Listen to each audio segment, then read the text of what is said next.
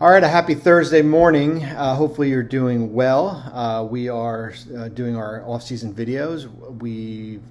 There is the Chicago Bulls video up, and we're going to do a Sacramento Kings. If you're looking for Charlotte and Utah and the teams that we released their off-season guides, we're going to do those closer to the draft lottery, pre and post, just to give us a little bit more flavor. Maybe we'll do a Phoenix off-season video after Matt Ishbia addresses the media on Thursday. There was a point last night. I was flying out to California. No Kings fans. I'm not flying to Sacramento. There was a point during that game last night, Sacramento Dallas. I wanted to tweet out that Sacramento fans deserve better, because you do.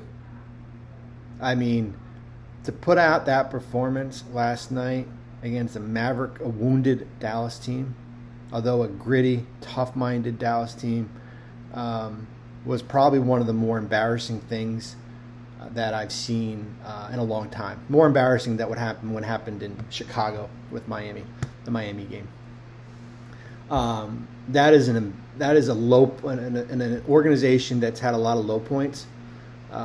That's as low, I think, as you get. So I feel for you, Kings fans, and you deserve better. You really do, because 2 years ago, you thought that you had kind of cracked the code with that roster when you get into the playoffs and you lose in a Game 7 to Golden State, and you're figuring, okay, we've arrived. We're never going to be back to the same spot that we once were.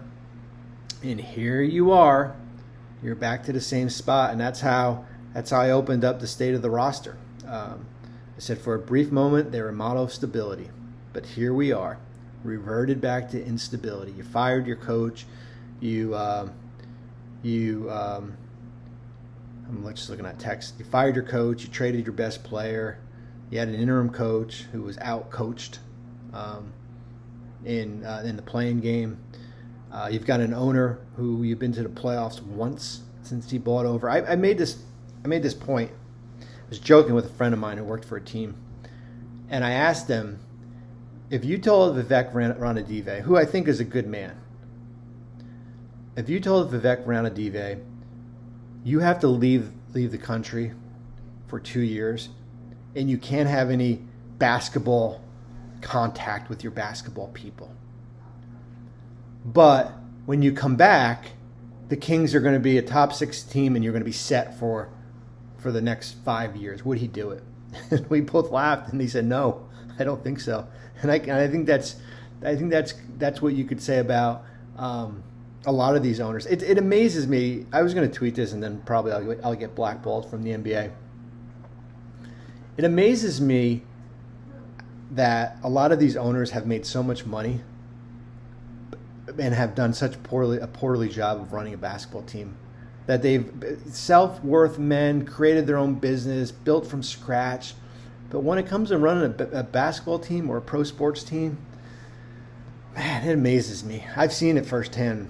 So trust me, I've seen it. All right, enough of the eulogy. I just gave a 4-minute eulogy, and I probably making Kings fans feel a lot worse than they are right now. State of the roster, state of the Kings. Here are your draft pick odds as far as the ability to retain your picks. You owe Atlanta pick that's top 12 protected. Basically, what you need is the road teams on Friday to win. That means Dallas, and that means Miami, and then you need a tiebreaker in your favorite to be able to keep that pick. That's a tall ask there. If you don't keep it, you've got the 42nd pick in the draft. That's from Chicago. Your odds to retain your first is 2.4%. Here are your free agents: Trey Lyles, Jake LaRavia, Jay Crowder, Markelle Fultz, Keon Ellis got a team option, Doug McDermott, Mason Jones, Isaiah Crawford, Isaac Jones. A couple two-way guys mixed in there. Nothing crazy. I mean, you got the core of the roster there coming back. As I said, you kind of have to figure out what you're doing with the GM. You've got to figure out if you want to lift the interim tag off Doug Christie. That's what you got to figure out. I think the most important thing is you've got to figure out LaVine, DeRozan. It is amazing. You saw firsthand the LaVine-DeRozan combination in Chicago, but then you went out and you traded for LaVine, and now you basically have the same conundrum in Sacramento. Okay. You have to figure out, I think the three guys, certainly Sabonis, who's owed a ton of money, excuse me, they gave up 121 points per 100 possession, or minus 7.1 when they're on the court. Not good, folks. Not good. A lot better with Jonas Valanciunas. Finances, $170 million in salary. When you got 3 players or 2 players making a lot, that means something.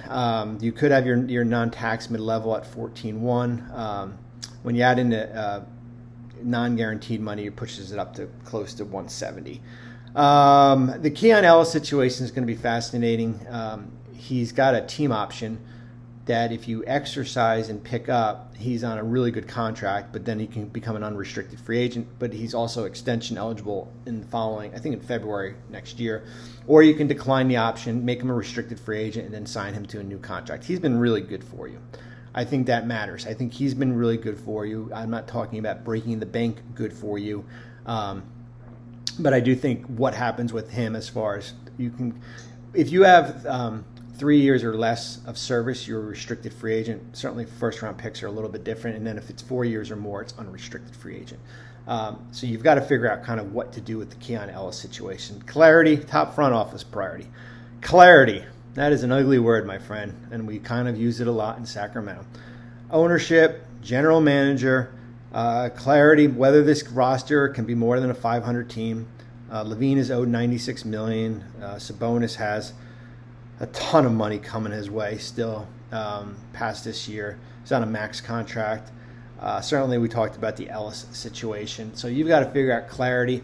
If I was DeMar DeRozan, I would certainly look and be like, wow, this is how I want to end my career? In Sacramento on losing by 20 at home to Dallas?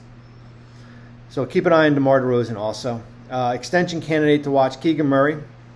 Man, when you draft a guy in the top 10 and you basically don't play through him and you don't use him and he's basically an afterthought, it'll be interesting what he will get. I think it's something as comparable as probably the Trey Murphy 4 for 112 last year. His numbers, the analytics are off the charts. Defensively, he's off the chart as far as what he is. Team needs, and this is a stat. Perimeter shooters and defenders. The Kings had the league's worst three-point defense and allowed 14.5 threes per game, tied for 6th most in NBA history. 18 and 31 when outscored from deep. Holy moly, folks, that is an awful stat, and that's got to get better here. Draft assets, we'll see what happens with your pick, but certainly starting in 26, you'll have all your own first if that pick goes to Atlanta. They also have a 27 unprotected from San Antonio, a 31 unprotected from Minnesota. So you do have draft equity that you got back in the Fox trade. You only have 2 tradable seconds available for you here. That's the state of the roster in Sacramento. If it was a restaurant review, it would be, I would probably tell you not to go back and eat there. Find a new place to do it. And I don't think Kings fans want to hear that because they are resilient and they love their team. And they will go back to that same restaurant next year on the first day of the season. And they won't, and they don't care if the food tastes like crap, but they'll keep on coming back and back and back. And I do give you a ton of credit here. So that is it with the offseason. Keep an eye on what happens with your draft pick, Keegan Murray extension talks, Keon Ellis, and then of course figuring out what are you? Are you just a 39 and 43 win team, or can you be something different here if you have a different coach or a different system or a different back end of your roster, because there is some work to do here. You can catch the article on ESPN.com. Have a terrific day.